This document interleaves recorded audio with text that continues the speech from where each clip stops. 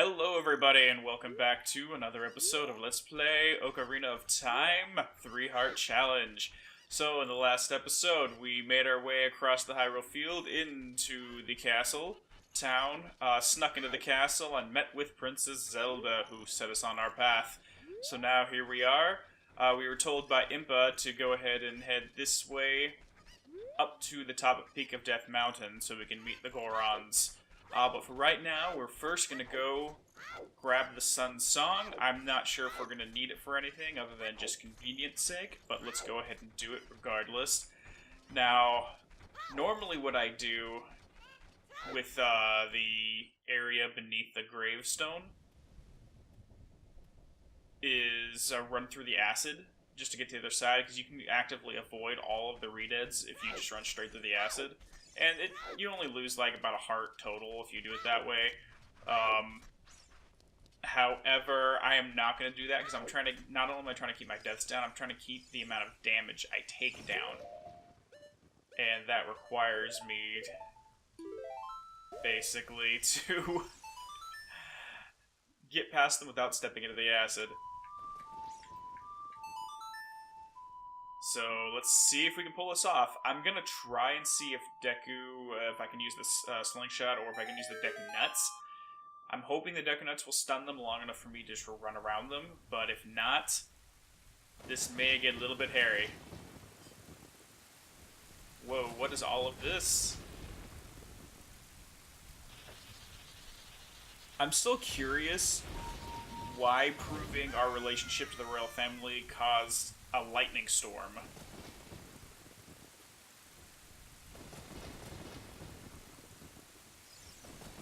Now before we go in, I want to take a look at these gravestones. Royal Composer Bro Sharp the Elder, rest in peace. Ooh. I don't want to deal with that. There's actually a backstory, regarding the Composer Brothers and the reason they were killed.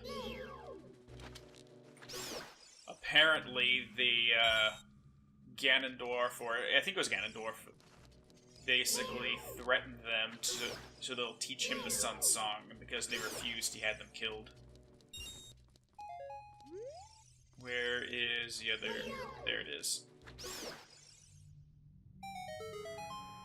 It seems a little odd to me that they're gonna have a gravestone down here, but they just leave skeletal parts all over the place. Oh gosh, here we go. Okay. Let's just try this out first and see if it works. I've never... No, it does not. Okay.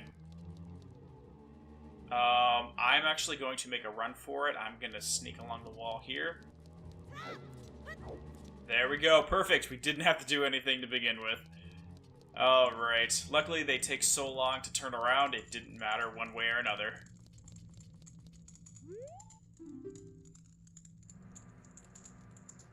The rising sun will eventually set. A newborn's life will fade. From sun to moon, moon to sun. Give peaceful rest to the living dead. This is an interesting poem, huh? Something's inscribed on the tombstone. It's the secret melody of the Composer Brothers.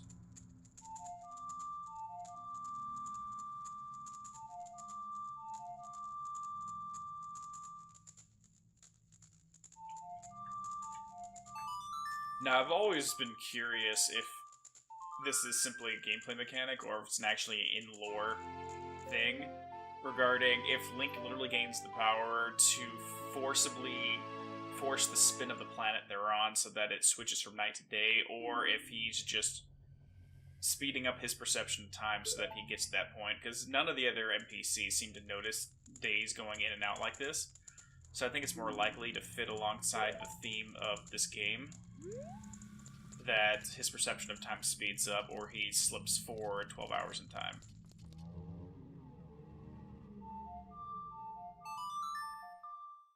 But maybe I'm looking a little too much into it, like I tend to do. Okay, well, let's leave them frozen and get out of here before they wake up. Because I really do not want to deal with these guys.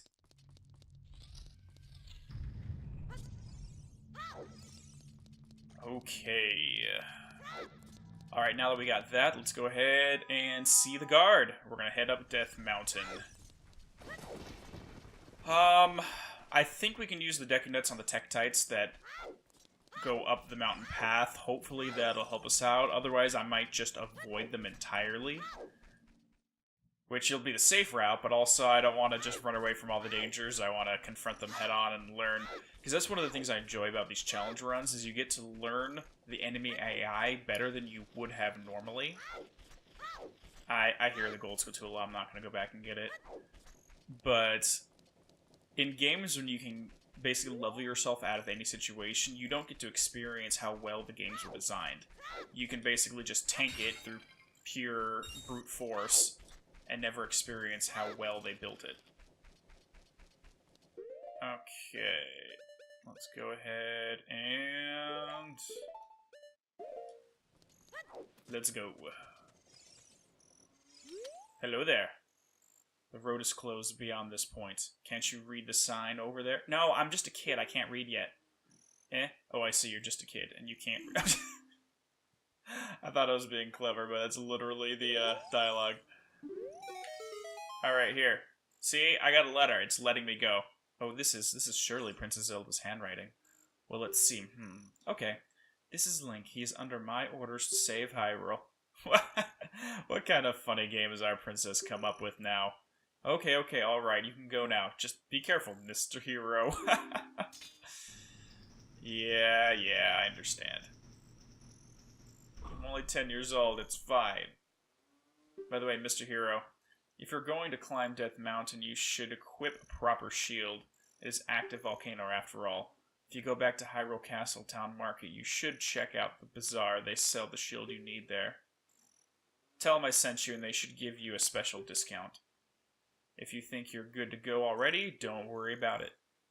Now, I'd like to ask a favor of you. No, I don't expect you to do it just because of the great tip I just gave you, emotional blackmail. I'm just asking. Have you been to the Happy Mask shop that just opened in Hyrule Castle Town Market? Everyone is talking about it. My little boy pesters me for a popular mask, but I don't have time to go there. So, could you go and get the mask for me next time you are in the market town? If you don't feel like it, that's okay, but, well, I have no choice. This is my job. Sigh. Alright, well, we are not going to go back to the bazaar. I probably should have grabbed this while we were in the graveyard, but I'm not going back to the bazaar to... Oh, drop. Nope, drop down. And pay probably, I don't know how much it costs, maybe like 60 to 80 rupees. But you can actually get a free Hyrulean shield here in the graveyard. And that's exactly what I'm gonna do.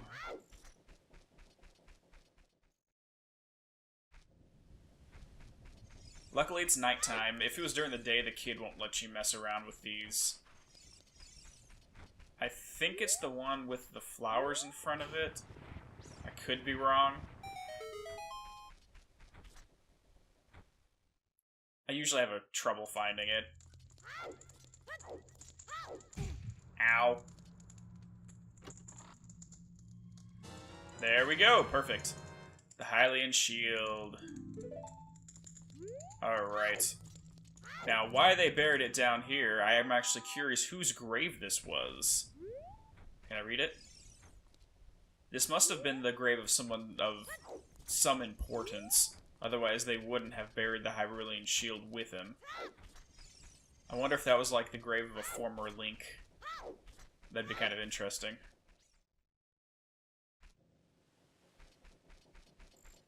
Now, in one of the Discord groups I'm in, we're actually just talking about narrative of the Zelda universe, and I was bringing up the idea that this is more of an archaeological style narrative rather than a dialogue or exposition style. With those, they kind of, through events and through dialogue and stuff you read through exposition, they'll tell you what was going on, what the backstory is, and the history. In games like Zelda, you have to look around and look at the hints and figure things out. They'll never flat out tell you. For example, that grave. You have a Hylian shield in a grave within the royal family's graveyard. I'm assuming the only time we've seen those shields really is with one of the heroes.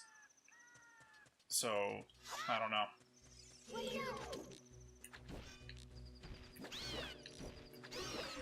Okay, so we can just shoot them while they're in the air. Good enough for me. But they have to be in the middle of a jump, otherwise we'll miss it.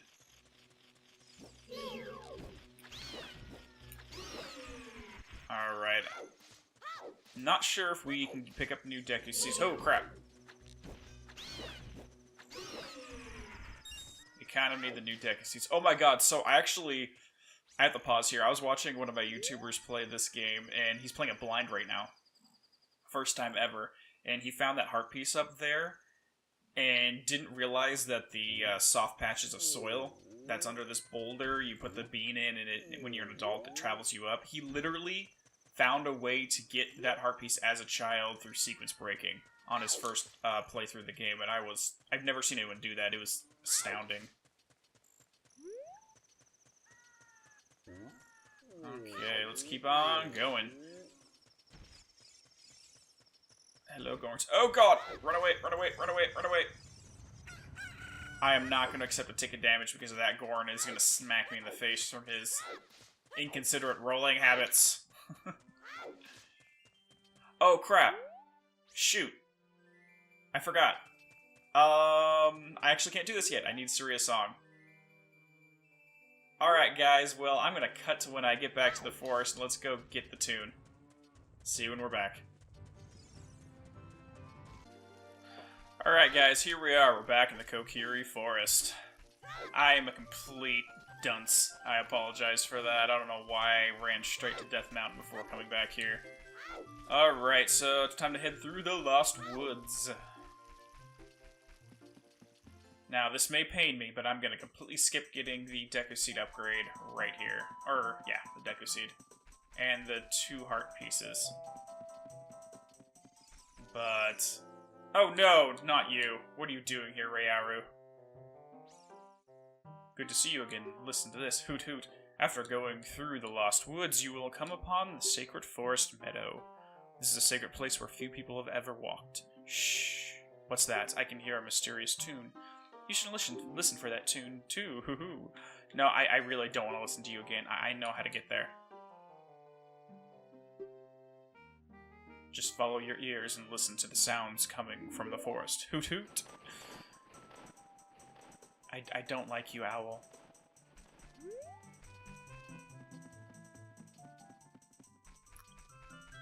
I think that'd be something that I would like to have in this game is... because the thing is with Navi and with Gepora, the big situation with them is that for first-time players, they're kind of useful. Because obviously they're going to be giving you information you've never had before. Hold on.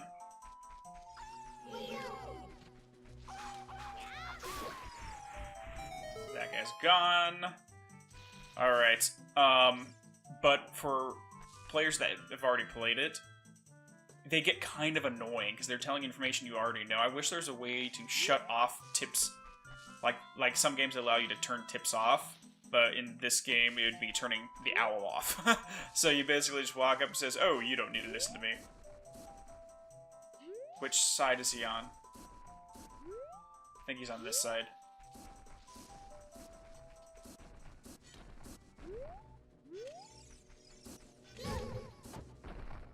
Hey, I had my shield up.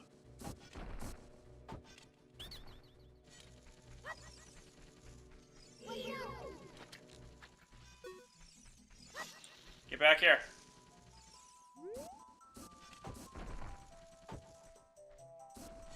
Shoot. Just back up. Okay, this is gonna be a little trouble. Okay, we got that one.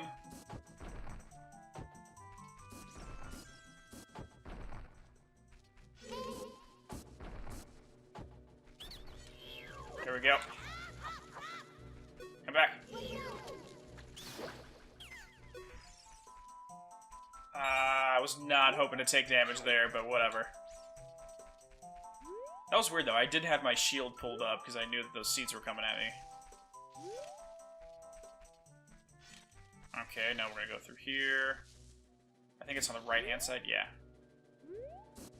Let's just wait until he finishes his next cycle.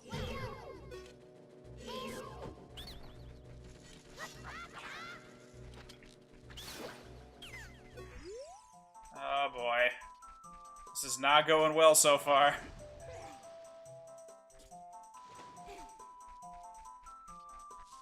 Alright, at least we made it back here. Whoa.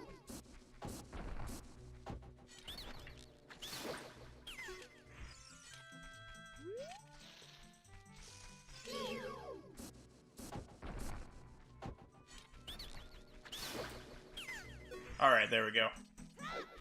At least that's a smooth pattern so we can just take them out. Because my fear is if I try to swipe at them with the sword that they'll run into me and I'll take damage that way.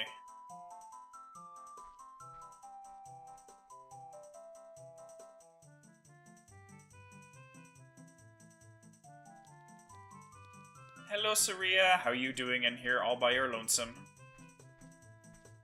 You really are a forest sprite, aren't you? I've been waiting. This is the Sacred Forest Meadow. It's my secret place. I feel this place will be very important for both of us someday. That's what I feel. If you play the ocarina here, you can talk with the spirits in the forest. Would you like to play the ocarina with me? Abso-flippin-lutely. Okay, try to follow along with the melody I play. Are you ready?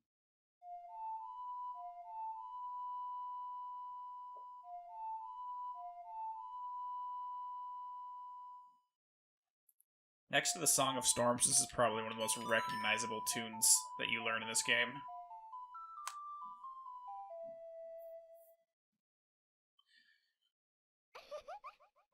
Great, great. Please don't forget this song. Do you promise? When you want to hear my voice, play Siria's song and you can talk with me anytime. Isn't that a little bit egotistical to name a tune after yourself? Oh my god, a musical instrument plays music! This is so weird. You've learned Siria's song. Okay, guys, we got this one. Let's go ahead and rush back to Death Mountain, and we'll head on the interior and go see Darunia. I'll see you guys when we're back.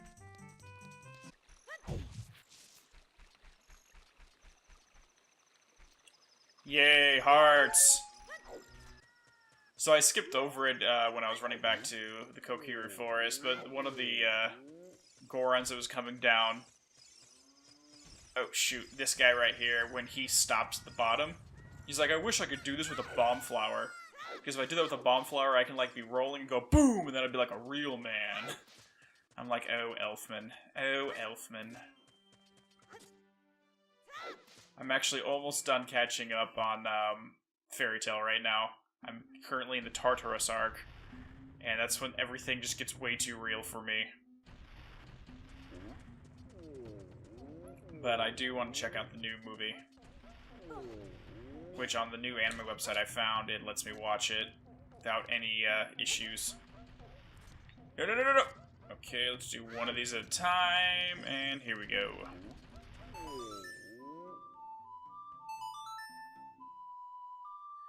So right here, the simple fact that you have to play Zelda's Lullaby to get into Darunia's chamber, the only time you really play this song is to prove your relationship to them. So basically, Darunia, at some point in the recent history, had friendly meetings and friendly relationship with the King of Hyrule and Hyrulean royal family in general. Otherwise, he wouldn't open his door to you by playing that song. So I'm actually kind of curious. There's some backstory to this game where Darunia and King Zora was actually working with the King of Hyrule to stamp out a previous war. There's actually a war before this game started. That's the war in which Link's mother was killed. Because remember, the game starts with Link's mother gravely injured and taking her son to the Kokiri Forest to be raised by the Deku Tree. So during that war, Darunia here, King Zora, and the King of Hyrule were teaming up in order to bring peace to this area. Now, there's some running hypothesis that was probably a war with the Gerudo. But that's conjecture. There is some evidence to support it, but I won't get into it until we see it. What the heck? Who are you? When I heard the song of the royal family, I expected their messenger had arrived. But you're just a little kid. Has Darunia, the big boss of the Gorons, really lost so much status to be treated like this by his sworn brother, the king? See, right here, yeah, his sworn brother. So they have a long-standing history. Now, I'm really angry. Get out of my face. Are you asking why I'm in such a bad mood right now? Ancient creatures have infested the Dongo's cavern. We had a poor harvest of our special crop bombflowers, starvation and hunger because of the rock shortage. But this is a Goron problem. We don't need any help from strangers. Alright, well, then, will you dance for me? Dance for me! Dance for me!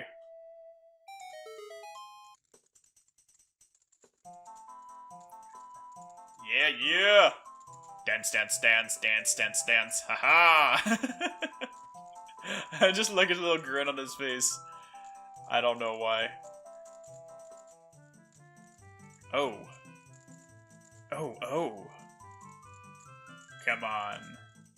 Come on, come on, come on. Hot. What a hot beat.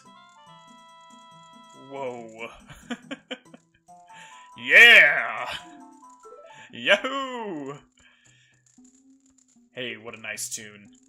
Just like that, my depression is all gone. Something just came over me. I suddenly wanted to dance like crazy. I am Darunia. I'm the big boss of the Gorons. Was there something you wanted to ask me about? What? You want the spiritual stone of fire, too? The spiritual stone of fire, also known as the Goron's ruby, is our race's hidden treasure. But hold on, I'm not going to give it to you that easily. If you want it so badly, why don't you go destroy the monsters inside of the Dodongo's cavern and prove you a real man? That way everybody will be happy again. If you do it, I will give you anything you want, even the spiritual stone.